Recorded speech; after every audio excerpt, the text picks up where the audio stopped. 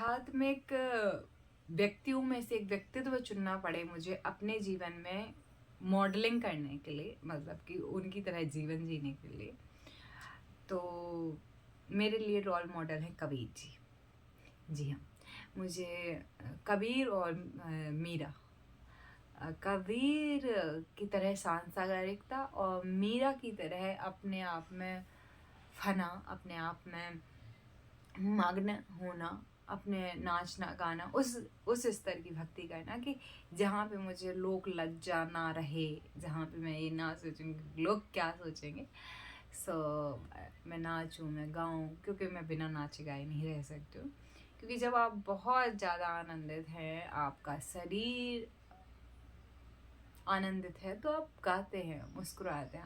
आपकी तर्ज ना हो, आपकी आवाज़ ना हो, वाणी और इन मूव्स वगैरह का डांस के लिए कोई मायना नहीं रह जाता है। जब आप आनंदित होते हैं तो आप झूम उठते हैं। कबीर इसलिए क्योंकि घर में रहते हैं, सामान बनाते भी हैं, सामान बेचते भी हैं, और वो वहीं दान भी कर देते हैं। और मतलब मन चंगा तो कठौती विच गंगा, है ना। जब आप अंदर से वाटर नेचर के हैं, जब आपके अंदर वो चीज़ें हैं, तो आप बाहर नहीं ढूंढते हो। तो मैं कबीर और मीरा का जो संगम पॉइंट है, या कह सकते हैं कि जो इन दोनों के बीच का संक्रमण है, वो मेरे लिए आध्यात्मिक जीवन में है सबसे ज़्यादा महत्वपूर्ण है कि मैं ऐसा रहना चाहूँ।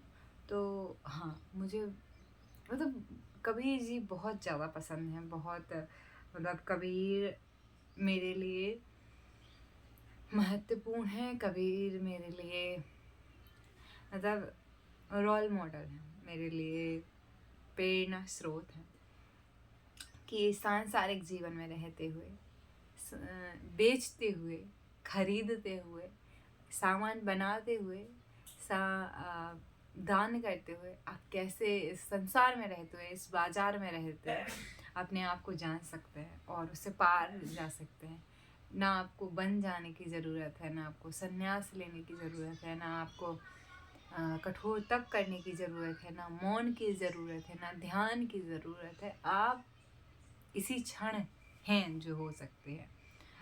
तो मेरे लिए कबीर बहुत बहुत बहुत ज़्यादा प्रेरणा का स्रोत रहे हैं, प्रेरणा रहे हैं। और कबीर के बारे में मैं जितना भी बात करूँगी, जितना भी मैं बोलूँगी, उतना कम ही होगा। जिस तरीके से वो गुरु की व्याख्या करते हैं, जिस तरीके से वो कहते हैं कि करत करत अभ्यास के जोड़ी मत हो सुजान रसरी आवत जाते सिल पे हो निशा। तो इसमें उन्होंने पूरे के पूरे जो सेल्फ मोटिवेशनल आज के लोग हैं, जो मोटिवेशन की इतनी बातें करते हैं, वो उसको इतने आसानी से बता देते हैं कि ये चीज़ें हैं। और एक और इन्हीं का है कि निंदक नियरे राखी आंगन कुटी छवाए बिन सावन बिन पानी करने वाले की नहीं। जब ऐसा कोई व्यक्ति हमें मिलता है जो इतने कम शब्दों में इतनी बड़ी बड़ी बातें नहीं हम समझ पाते हैं, उस समय में, जब तक हम सुनने के लिए तैयार ना हो। और उसको बार बार कहते हैं कि सामने होगा वो व्यक्ति, सामने होगी वो विषय वस्तु या कोई भी स्थान, लेकिन हमें दिखाई नहीं देगा जब तक हम देखने योग्य नहीं होते हैं। जब तक हमारी जो क्षमता है हम उतना ही तो देख पाएंगे, हमारी जो क्षमता है उतना ही हम सुन पाएंगे।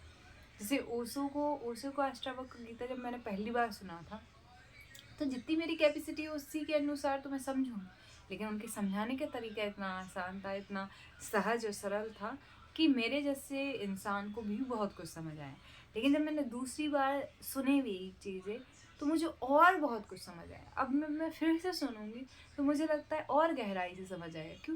क्योंकि जैसे जैसे मैं मतलब कि वो हो रही हूँ, आगे बढ़ रही हूँ, तो मेरी समझ भी बढ़ रही है। साथ में जो पहले कंट्रोल करने की मेरी एक आदत थी, और आज काम करती हूँ बट कंट्रोल नहीं करती हूँ। कंट्रोल कर तो हम वैसे भी नहीं सकते हैं, लेकिन हम कंट्रोल चाहते थे। तो पहले मैं कंट्रोल चाहती थी, राइट नाउ मैं कंट्रोल नहीं चाहती हूँ। मैं जो है जैसा है उसको एक्सेप्ट कर चुकी हूँ और जीती हूँ उसी में। कंट्रोल की कोई ज़रूरत मुझे लगना बंद हो गई है। मुझे लगता है कि अभी इसी क्षण जो मैं चाहती हूँ वो महसूस मैं कर सकती हूँ। चाहूँ तो मैं मृत्यु को महसूस कर सकती हूँ। मैं चाहूँ तो मैं सफलता, आनंद, उत्साह, किसी भी चीज़ को, किसी भी भाव को महसूस कर सकती हूँ।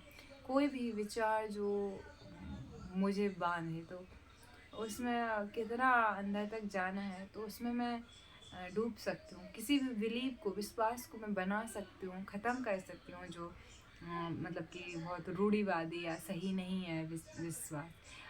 कोई भी कर्म जो मेरे द्वारा किया जा सकता है उसको मैं रूपांतरित कर सकती हूँ।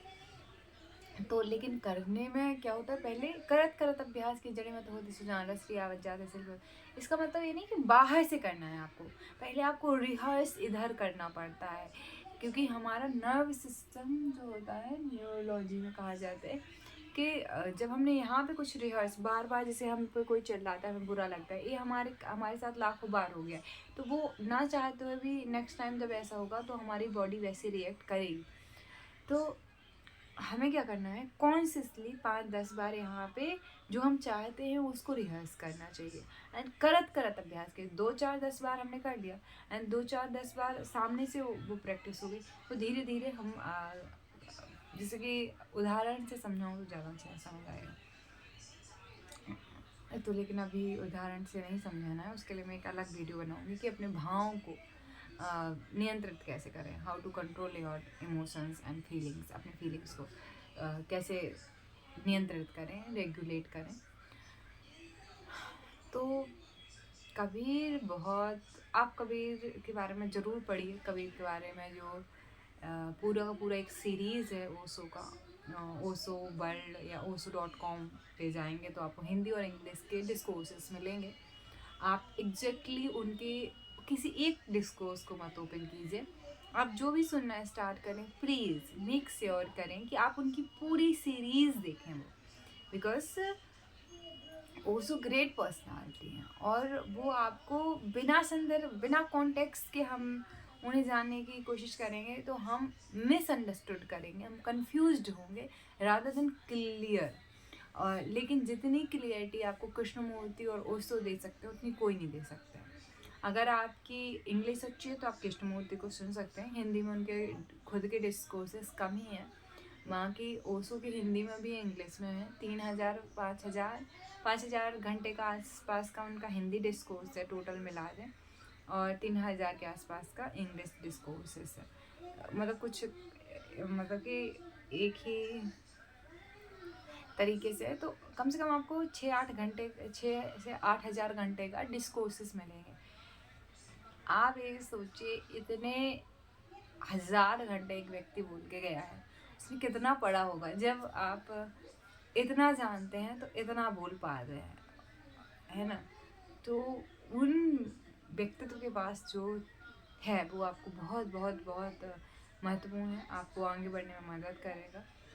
सो चलिए मिलते हैं नेक्स्ट वीडियो में, जहाँ पे हम बात करेंगे एक अच्छे टॉपिक के बारे में। और कोई भी आपका वो हो तो बताइएगा। हाँ, भावों को कैसे नियंत्रित करें, ये वैसे तो मेरे मटेरियलिस्टिक गुरु ने मुझे सिखाया है, लेकिन ओशो ने भी मुझे सिखाया है। सो उसका एक कॉमन आंसर दूंगी कि आप सांसारिकता में रहते हुए अपने भावों को कैसे कंट्रोल करें। आपको कोई संन्यास, अध्यात्म जर्नी को ज्वाइन करने की या शुरू करने की ज़रूरत है, बट हाँ मैं कहूँगी स्पिरिचुअल लाइफ सबकी होती है एंड लाइफ में टर्निंग पॉइंट्स आते हैं जब कोई आपका लव वंस आपसे दूर चला जाता है, जब आपका सब कुछ खो जाता है, आप फेल होते हैं किसी एक तरीके से, आप एक क्षण के लिए सरेंडर ज़रूर करते हैं, एक क्षण के लिए आपके लाइफ में टर्निंग पॉइंट ज़रूर आता है। तो स्पिरिचुअल लाइफ में देर दुरुस्त आना तो सबको ही पड़ता है, कोई एज के बाद आता है।